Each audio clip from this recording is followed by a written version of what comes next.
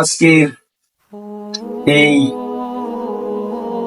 মহতি জলসার ওয়াজ মাহফিলের সম্মানিত সভাপতি ও দূর দূরান্ত থেকে আগত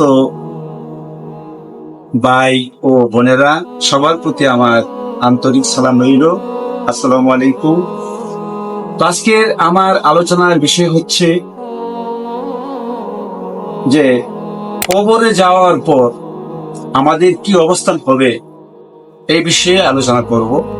মহান আল্লাহ রাব্বুল আলামিন যদি তৌফিক দান করে।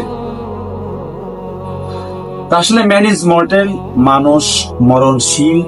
কুল্লু নাফসিন যায়কাতুল মউত, মৃত্যুর স্বাদ সবাইকে বহন করতে হবে, এতে কোনো সন্দেহ নাই। আমাদের যখন মৃত্যু হবে, আজরাইল যখন আসবে, আমাদের জান যখন কবজ করা হবে, যখন আমাদেরকে কবরে দেওয়া হবে, তখন প্রথম প্রশ্ন করবে, মান রাব্বুকা ওয়া মান দীনুকা ওয়া মান নাবিয়ুকা হাযার রাসূলুন মুনতারিব। মান রাব্বুকা, তোমার প্রভুকে। আমরা সুন্দরভাবে উত্তর দেব, আমাদের প্রভু আল্লাহ রাব্বুল আলামিন। তোমার দিন কি? আমাদের দিন ইসলাম। তোমার নবীকে হযরত মুহাম্মদ মুস্তাফা সাল্লাল্লাহু আলাইহি ওয়াসাল্লাম সবাই বলে দিতে পারবো। আমরা যখন হযরত মুহাম্মদ মুস্তাফা সাল্লাল্লাহু আলাইহি ওয়াসাল্লামের কথা বলবো, তখন কবর থেকে হযরত মুহাম্মদ মুস্তাফা সাল্লাল্লাহু আলাইহি ওয়াসাল্লাম রওজা থেকে শুরু করে দিয়ে হযরত মুহাম্মদ সাল্লাল্লাহু আলাইহি ওয়াসাল্লামকে হাত ইশারা বলবে, হাযার রাসূলুন মুনতারিব। এই যে সুদর্শন ব্যক্তি দেখা যাচ্ছে, তুমি কি তাকে চিনো? তখন সে প্রশ্ন জবাবে বলবে, লা আদরি, আমি চিনি না। তখন আযাব শুরু হয়ে যাবে কবরে। কবরের আযাবে যদি বান্দাই দেখিত, গরবারি চারিয়া বান্দা পাগল হইত। হযরত হাসান বসরি রাহমাতুল্লাহ আলাইহি ওয়াসাল্লাম একদা কবরের পাশে বসে মুরাকাবা করছিল। সে মুরাকাবা করার পর দেখতেছে যে কবরবাসী অনেকে কান্নাকাটি করতেছে, অনেকে হাসাহাসি করতেছে। হযরত হাসান বসরি রাহমাতুল্লাহ আলাইহি ওয়াসাল্লাম যারা কান্নাকাটি করতেছে তাদেরকে দোয়া করে দিতেছে, ওরা চলে যাচ্ছে। তারপর একজন লোক বসে হাসাহাসি করতেছে, আনন্দ উল্লাস করতেছে, উনি আসে নাই। ওনাকে জিজ্ঞেস করলো, ও বাবা, তুমি যে আসতেছো না, তুমি যে এত হাসতেছো, তোমার কারণ কি? আসো, তোমার জন্য একটু দোয়া করে দেই। ব্যক্তিটি বলল যে আমি একটা সন্তান রেখে আসছি। আমার সন্তান এই পাশের বাজারে বেচা কিনা করে। এই বেচা কিনার ফাঁকে ফাঁকে সে বলে, রব্বিরহামহুমা কামা রাব্বায়ানি সগীরা, রব্বিরহামহুমা কামা রাব্বায়ানি সগীরা। এই কথা বলার পর সাথে সাথে আমার আল্লাহ রাব্বুল আলামিন কানে কানে ফেরেশতা দিয়ে জানিয়ে দেয়, ও রে ব্যক্তি, তোমার সন্তান রেখেছো, তোমার সন্তান যখন রাব্বিরহামহুমা কামা রাব্বায়ানি সগীরা বলে, আমি আল্লাহ রাব্বুল আলামিন তোমার উপর শান্তি দিতেই থাকি। এভাবে আরেকজন মুরব্বী দাঁড়িয়ে রয়েছে, বারবার দোয়া করার পরও মুরব্বী যাচ্ছে না। মুরব্বীকে জিজ্ঞাসা করছে, বাবা গো, সবাই চলে গেল, তুমি কেন যাচ্ছ না? মুরব্বী বলতেছে, ওগো হাসান বসরি রাহমাতুল্লাহ আলাইহি ওয়াসাল্লাম, আমি একটি মেয়ে রেখে আসছি, যে মেয়েটা জিনার কাজ করে, যে মেয়েটা রূপের ব্যবসা করে। মেয়েটা যখন জিনার কাজে যায়, ফেরেশতা এসে বলে, ওগো কুলাঙ্গার, এমন মেয়ে রেখে আসছো, যেই মেয়ে দুনিয়াতে খারাপ কাজ করতেছে, সেই খারাপ কাজের শাস্তি তোমাকে ভুগতে হবে। এই কথা বলার পরে আমার শাস্তি শুরু হয়ে যায়, আমি এটা থেকে রেহাই পাওয়ার কোনো অবস্থা নাই। হযরতে হাসান বসরি রাহমাতুল্লাহ আলাইহি ওয়াসাল্লাম চলে আসলেন। আসিয়াম যে মুরব্বী বলেছিলেন আমার সন্তান বাজারে সদাইপাতি বিক্রি করে, সদাইপাতি বিক্রির ফাঁকে ফাঁকে আমার জন্য দোয়া করে, আর এই দোয়া আমার কবরে আসে, আর আমি শান্তির নীড়ে বাসমান থাকি।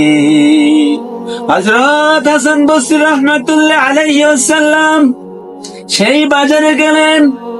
বাজারে যাইয়া দেখে সন্তান একটা দোকান নিয়ে বসে রয়েছে, চতুর্দিক দিয়ে মানুষ সদাই ফাতি নিচ্ছে, আর সদাই ফাতি নেওয়ার ফাঁকে ফাঁকে ওদের সাথে কথা বলতেছে, আর মনে মনে বলতেছে রাব্বির হামহুমা কামা রাব্বায়ানি সগীরা। হাসান বসরি রাহমাতুল্লাহ আলাইহিস সালাম ছেলেকে বলল, ওগো বাবা, তুমি তো আল্লাহর একজন ওলি, তুমি একজন সৌভাগ্যবান ছেলে। তোমার বাবা তোমার দোয়ার কারণে আজকে কবর দেশে হাসতে হাসতে বেড়াইতেছে। হযরত হাসান বসরি রাহমাতুল্লাহ আলাইহি ওয়াসাল্লাম এই ছেলের কাছে চলে গেলেন মেয়ের কাছে। মেয়ের কাছে যাইয়া দেখে মেয়েটা বাসার পাশে একটা পুকুরের মধ্যে সমানে গোসল করতেছে, আর হাসাহাসি রং তামাশা করতেছে। হাসান বসরি বলল, মা গো, ও মা, তোমার আব্বা কোথায় আছে? মেয়েটি বলতেছে, আমার আব্বা বুড়া হয়ে গেছে, মরে গেছে। আমার আব্বা বুড়া হয়ে গেছে, মরে গেছে। আপনার কি বলার আছে বলেন?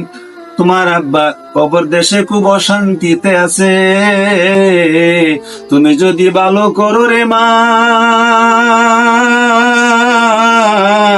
সেই রেজাল্ট পাবে কবরে। তুমি যদি খারাপ করো রে মা, সেই বিচার হবে কবরে। মেয়েটি হাসতে শুরু করলো, ও পাগল, তুমি কোথায় থেকে এসেছো? এই কথা বলে এক মগ পানি দিয়া হযরত হাসান বসরি রাহমাতুল্লাহ আলাইহিস সালামের ঢিল মারি দিল। হযরত হাসান বসরি রাহমাতুল্লাহ আলাইহিস সালাম দুঃখ পেয়ে চলে আসলো। কিছুদিন পর আবার সেই কবরের পাশে গেল, গিয়া মুরাকাবা করলো। মুরাকাবা করার পর দেখা যাচ্ছে যে বৃদ্ধটি বলেছিল আমার সন্তান বাজারে বসে বসে বিক্রি করেছে আর আমার নামে দোয়া করছে, সেই দোয়াতে আজকে আমি কবর দেশে শান্তিতে আছি। আজকে দেখি সেই বৃদ্ধ সমানে কাঁদতেছে। বৃদ্ধকে ডাক দিয়ে বলল, ও বাবা, তুমি সেদিন বলেছ অনেক শান্তিতে রয়েছ, তোমার সন্তান ভালো করতেছে। ও বাবা, আজকে তুমি কেন কান্নাকাটি করতেছো? হযরত হাসান বসরিকে সেই বৃদ্ধটি বলতেছে, বাবা গো, আমার ছেলেটা কয়দিন হয়েছে মারা গিয়েছে। আমার সন্তান যখন মারা গিয়েছে আর কোন সব আমার কবরে আসে না, আর কোন দোয়া আমার কবরে আসে না, তাই আমার আগের মতো শাস্তি শুরু হয়ে গেছে। হাসান বসরি রাহমাতুল্লাহ আলাইহিস সালাম আল্লাহর কাছে হাত তুলে বললেন, ও আল্লাহ, তোমার এই ব্যক্তিকে তুমি রহমত দান করো আল্লাহ। ও আল্লাহ, একটাই সন্তান ছিল, সন্তান চলে আসছে, আর দোয়া করার মতো কেউ নাই। এই কথা বলছে, সাথে সাথে মহান আল্লাহ রাব্বুল আলামিন তার দোয়াকে কবুল করে নিয়েছে। তারপর যেই বৃদ্ধটা মেয়ের জন্য কান্নাকাটি করেছিল, যেই মেয়ে জিনার কাজ করত, খারাপ কাজ করত, সেই বৃদ্ধটি হাসতেছে, খলখলায় হাসতেছে। হযরতে হাসান বসরি বললেন, বাবা গো, আপনার মেয়ের কাছে আমি গিয়েছিলাম, আপনার মেয়ে আমাকে রহস্য করে পানি ঢিল মেরেছে, আর আজকে দেখছি আপনি খলখলায়া হাসতেছেন। বৃদ্ধটি বলল, ও হাসান বসরি রাহমাতুল্লাহ আলাইহিস সালাম, আপনি যখন আমার মেয়ের কাছে গিয়েছিলেন, আমার মেয়ে যখন পানি দিয়ে ঢিল মারিছিল, সেই পানির ফুটাটা এমন একটা জায়গায় পড়েছিল যেখানে একটি ব্যাঙ বসেছিল, মাটির ফাঁকার মধ্যে ব্যাঙ বসেছিল। ব্যাঙ পানির জন্য কান্নাকাটি করে আল্লাহর কাছে, হঠাৎ করে আপনাকে যে পানিটা দিয়েছে সেই পানিটা ব্যাঙের মুখে পড়েছে। ব্যাঙ পানি পায়া হাসিতে খুশিতে বলতে শুরু করলো, ও রাব্বুল আলামিন, ওগো আমার প্রভু, যে আমার মুখে পানি দিয়েছে তার পিতা মাতাকে তুমি জান্নাতুল ফেরদৌস নসিব করিও। সেই পানি দেওয়ার পর ব্যাং খুশি তো আল্লাহ খুশি, আল্লাহ খুশি হওয়ার পর সেই বৃদ্ধটি খুশি হয়ে গেল।